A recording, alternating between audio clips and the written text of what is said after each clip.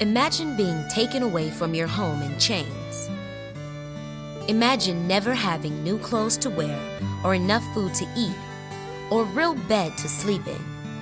Imagine being forced to do back-breaking work every day, all day long, and never get paid. It's hard to imagine, but that was the experience for many enslaved African Americans for over 200 years. What was life like for enslaved men, women, and children? Let's find out.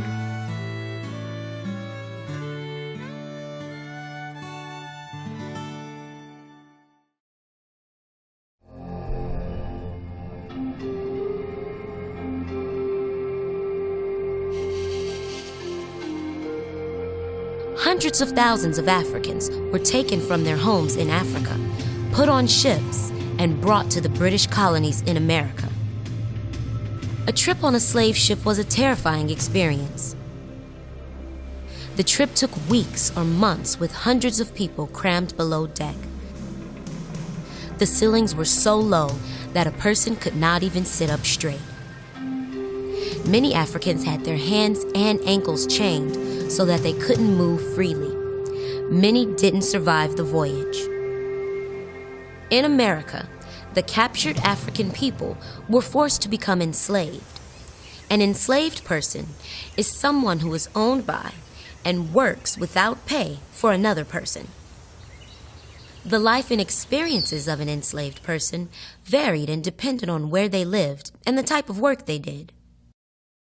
The one thing that connected the lives of enslaved people was the law.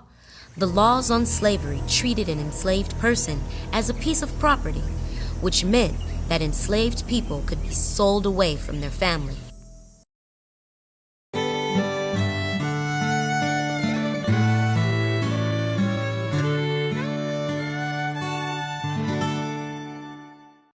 Because enslaved people were viewed as property, they could be sold away from their families at any time. Many were sold at auctions. Auctions were advertised with posters to let people know the ship packed with enslaved people was about to arrive. At the auction, enslaved people would be forced to stand on a raised platform so they could be seen by the buyers. The buyer who bid the most money would then own the enslaved person. It was at the auctions where African families were split apart. Husbands, wives, and children went to different owners.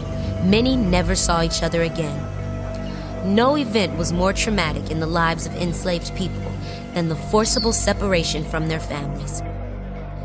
Imagine how you would feel if you were taken away from your family.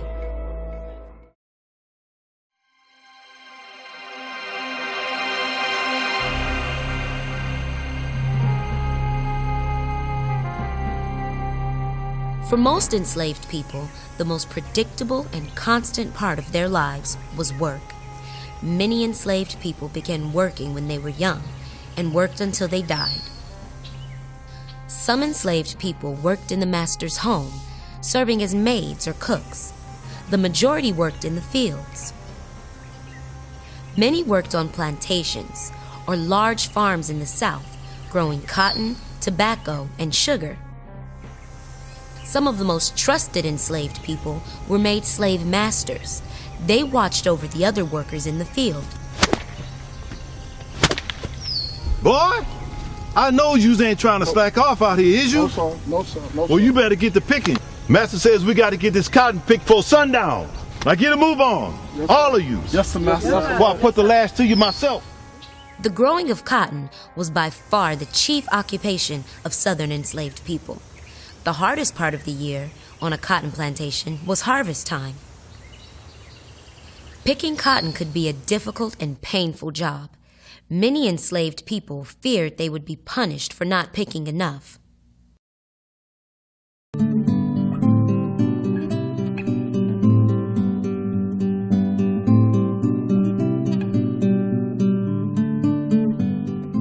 Most slavery laws required that enslaved people be given basic food, clothing, and shelter. Most enslaved people were forced to live in tiny, one-room, shoddily built cabins. Up to 10 people could live in one single hut. Many shared a cabin with another family. Sharing a cabin with another family interfered with family life and privacy. Long work hours made it hard for families to spend much time with each other.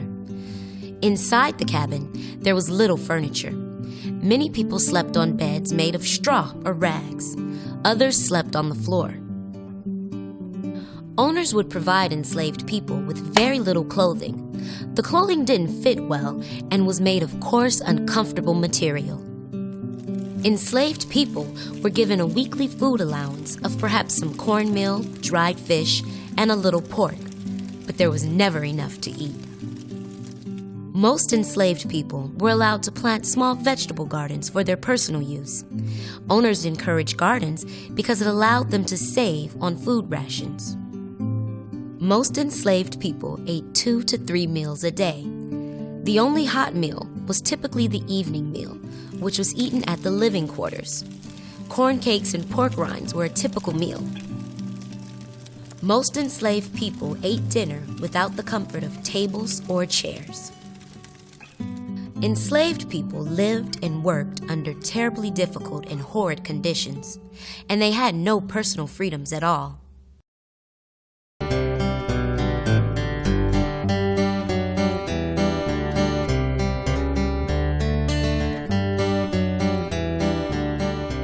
Attempts to escape were common on southern plantations, but very difficult.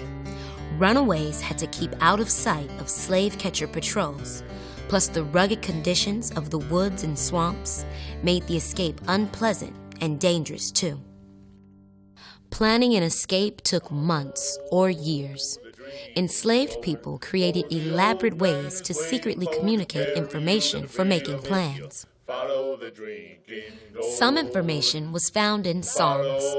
The lyrics in a song called "Follow the Drinking Gourd" provided directions on how to get north. The drinking gourd referred to the Big Dipper constellation and the bright North Star. Runaways would know to follow the North Star on their way to northern states and freedom. Abolitionists, or people opposed to slavery, began to organize a system for hiding and aiding runaway enslaved people, the Underground Railroad. The Underground Railroad helped escaped enslaved people on their treacherous journey to the free states in the North and Canada. The Underground Railroad was a series of homes, barns, and churches called stations. Stations were the places where runaways could hide. Runaways usually hid during the day. It was safer to travel under the darkness of night. They could recognize a station by brightly lit candles or lanterns positioned in windows or the front yard. There they knew they could find help. Working or traveling on the Underground Railroad was dangerous.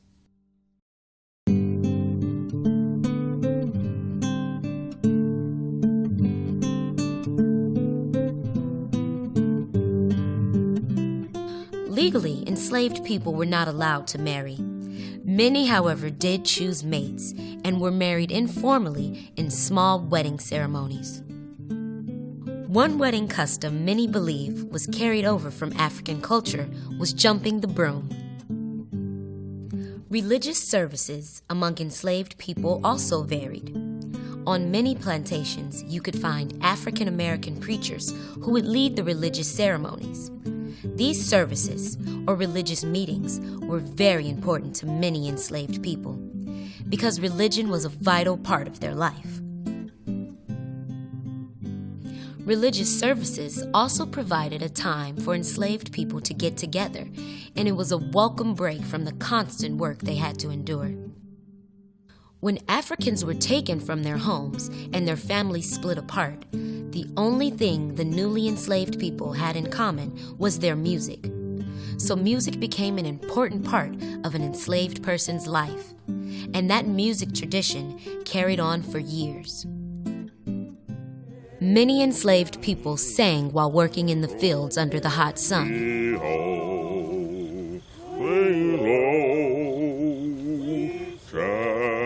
Initially, the main purpose of those songs was to make the work on the fields easier to endure. The songs were typically about the hardships of being an enslaved person in America. Very few enslaved people had any kind of formal education, so very few could read or write. However, African culture and folklore was carried on from one generation to another through storytelling. The stories of Brer Rabbit, a favorite story told to this day, originated in African folklore. I have 3 things I need you to do for me. And he said, oh God, yes, I'll do those 3 things for a long tail. God said, okay, the first thing that I need you to do is I need you. Storytelling helped keep African culture alive in America and was a relaxing form of entertainment. The life of an enslaved person was unimaginably harsh, difficult, and dangerous. It was a life millions of people endured over hundreds of years in America. But thanks to abolitionists, both black and white, and leaders like Abraham Lincoln, the fight for freedom and the abolition of slavery became a reality. The United States of America had finally lived up to its promise to be a nation where all men are created equal.